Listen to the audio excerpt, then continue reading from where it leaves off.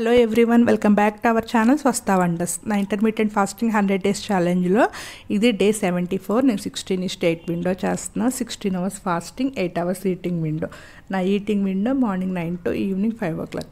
ఈరోజు మార్నింగ్ 9 o'clockకి బ్రేక్ఫాస్ట్లోకి అయితే మల్టీ మిల్లెట్ డ్రై ఫ్రూట్ జావా తీసుకున్నా. దీని రెసిపీ అయితే చూపిస్తాను. దీనికోసం అయితే ఫస్ట్ ఒక బౌల్లోకి కొన్ని ఆల్మండ్స్, కాజు, కొన్ని పిస్తా, కిస్మిస్, ఒక అంజూరు, కొన్ని పంప్కిన్ సీడ్స్, ఇంతవరకే తీసుకున్నాను డ్రై ఫ్రూట్స్ అయితేను.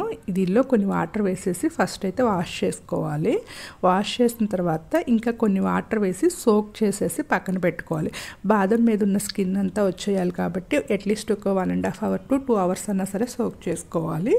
తర్వాత మనం జావ ప్రిపేర్ చేసుకోవాలనుకున్న ఒక 1/2 hour ముందుల ఒక 1 spoon మల్టీ మిల్లెట్ ఫ్లోర్ తీసుకొని అందులో కొన్ని వాటర్ వేసి ఉండలు లేకోకుండా స్మూత్గా పేస్ట్ లాగా అయితే మిక్స్ చేసుకుని పక్కన పెట్టేసుకోవాలి. ఇది ఒక అట్లీస్ట్ ఒక 1/2 hour అయినా సరే సోక్ అయితే బెటరు. అప్పుడే మనకి డైజెషన్ అనేది ఈజీగా అవుతుంది. ఇంక ఇలా నీట్గా అంతా ఉండలు లేకోకుండా కలిపేసి పక్కన పెట్టుకున్న తర్వాత చేసుకున్న డ్రై ఫ్రూట్స్ ఉన్నాయి కదా, అవి తీసుకుని దానిలో ఆల్మండ్స్ మీద స్కిన్ అంతా పీల్ చేసేసి ఒక మిక్సీ జార్లోకి వేసుకున్న తర్వాత అందులోకి ఒక 3 dates అయితే యాడ్ చేసుకోవాలి. యాడ్ చేసి కొన్ని వాటర్ వేసేసుకుని పేస్ట్ చేసుకోవాలి. అయితే ఇది మెత్తగా అయితే పేస్ట్ చేసుకోకూడదు, కొంచెం కచ్చామిచ్చాగా పేస్ట్ చేసుకుంటే బాగుంటుంది. అంటే మనం జావ తీసుకునేటప్పుడు అక్కడక్కడ ఇవి డ్రై ఫ్రూట్స్ తగులుతూ ఉంటే బాగుంటుంది. అందుకని కచ్చామిచ్చాగా అయితే పేస్ట్ చేసుకోవాలి, మరి స్మూత్ పేస్ట్ అయితే చేయకూడదు. ఇది పక్కన పెట్టేసుకుని ఇప్పుడు స్టవ్ పైన ఒక గిన్నె పెట్టుకుని అందులో ఒక 200 ml వరకు వాటర్ అయితే యాడ్ చేసుకోవాలి. నేను ఇది ఓన్లీ 1 personకి చేస్తున్నాను.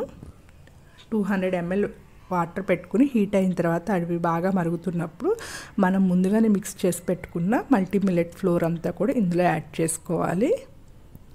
యాడ్ చేసుకుని అది మిక్స్ చేసుకుని కొంచెం సేపు, అంటే మరీ ఎక్కువసేపు కాదు, జస్ట్ అది అంటే ఉడుకు పట్టింది ఇలా మరుగుతున్న స్టేజ్లో ఇప్పుడు మనము ముందులే ప్రిపేర్ చేసి పెట్టుకున్నాం కదా పేస్ట్, డ్రై ఫ్రూట్ పేస్ట్, అదంతా కూడా ఇందులోకి వేసుకుని ఇంకొన్ని వాటర్, అంటే అది తొలుపుకుని ఇంకొన్ని వాటర్ వేసుకుని బాగా మరిగించుకోవాలి.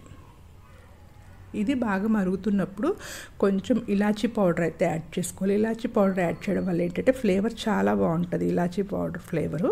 ఇంకొంచెం ఇలాచీ పౌడర్ యాడ్ చేసేసి మొత్తం మీద ఒక 10 to 15 minutes వరకు అట్లీస్ట్ ఇది కుక్ చేసుకుంటే బాగా కుక్ అవడం వల్ల ఏంటంటే ఈజీగా డైజెస్ట్ అవుతుంది. అయితే మనం కంపల్సరీ డ్రై ఫ్రూట్స్ అయితే మరీ మెత్తగా పేస్ట్ చేయకోకుండా కచ్చామిచ్చాగా పేస్ట్ చేసుకుంటే సరిపోతుంది అన్నమాట. ఇది బాగా కుక్ అయిన తర్వాత ఒక 10 to 15 minutes ఉడికించుకున్న తర్వాత స్టవ్ ఆఫ్ చేసేసుకుని తీసుకోవడమేను. నేనైతే ఫస్ట్ ఓన్లీ 1 glass తీసుకుందాం అనుకున్నాను, బట్ టేస్ట్ బాగుందని ఒక 1.5 glass అయితే తీసుకున్నాను. ఇప్పుడు ఈ స్టేజ్లో మనం గ్లాస్లోకి తీసుకున్న తర్వాత కావాలి అంటే దాని మీద ఇంకొన్ని డ్రై నట్స్ ఏమైనా యాడ్ చేసుకుంటే ఇంకా బాగుంటుంది టేస్ట్ అయితే. నేనైతే కొంచెం ఆల్మండ్స్ ఇంకా పిస్తా అయితే యాడ్ చేసుకున్నాను. ఇది మార్నింగ్ బ్రేక్ఫాస్ట్లోకి తీసుకున్నాను. ఆఫ్టర్నూన్ లంచ్లోకి అయితే క్యారెట్ రైస్, 1 boiled egg, కొంచెం కర్డ్ అయితే తీసుకున్నాను, ప్లెయిన్ కర్డ్. తర్వాత ఇంకా 3 o'clock టైంలో వాటర్ మిలన్ తీసుకున్నాను. 5 o'clock నా డిన్నర్ టైము. ఈరోజు డిన్నర్లోకి అయితే కాబూలీ చనాతో సింపుల్గా చాట్ ప్రిపేర్ చేసుకున్నాను, అది కూడా చూపిస్తాను. ఇది చాలా ఈజీగా చేసేసుకున్నాను. స్టవ్ పైన కడాయి పెట్టుకుని కొంచెం ఆయిల్ అయితే వేసుకోవాలి. ఇది నేను కొంచెం ఎక్కువగా చేస్తాను, అందుకని ఆయిల్ కూడా కొంచెం ఎక్స్ట్రా వేసాను. దానిలోకి పోపు దినుసులు అంటే కొంచెం మినప్పప్పు, ఆవాలు, జీలకర్ర, కొంచెం ఒక ఎండుమిర్చి ముక్కలుగా కట్ చేసుకుని యాడ్ చేసుకోవాలి. ఈ పోపు అంతా కూడా ఫ్రై అయిన తర్వాత సన్నగా కట్ చేసుకున్న పచ్చిమిర్చి, కరివేపాకు, ఆనియన్స్ యాడ్ చేసుకుని ఫ్రై చేసుకోవాలి. పచ్చిమిర్చి కొంచెం ఎక్కువగా తీసుకోవాలి స్పైసీనెస్ కోసం, అంటే ఇంకా ఏమీ కారం కానీ పెప్పర్ పౌడర్ కానీ ఏమీ యాడ్ చేయము. ఈ పచ్చిమిర్చి స్పైసీనెస్ దానిలోకి సరిపోతుంది కాబట్టి పచ్చిమిర్చి కొంచెం ఎక్స్ట్రా తీసుకోవాలి. ఆనియన్స్ కొంచెం ఒకసారి మొత్తం అంతా మిక్స్ చేసుకున్న తర్వాత దానిలోకి కొంచెం పసుపు ఇంకా సాల్ట్ యాడ్ చేసుకోవాలి. సాల్ట్ అయితే కొంచెమే యాడ్ చేశాను, ఎందుకంటే శనగలు ఉడకబెట్టేటప్పుడు నేను కొంచెం సాల్ట్ వేసుకుని ఉడకబెట్టుకున్నాను. అందుకని చెప్పేసి ఓన్లీ దీనిలోకి ఆనియన్స్లోకి ఎంత సాల్ట్ అయితే పడుతుందో అంతే వేసుకున్నాను.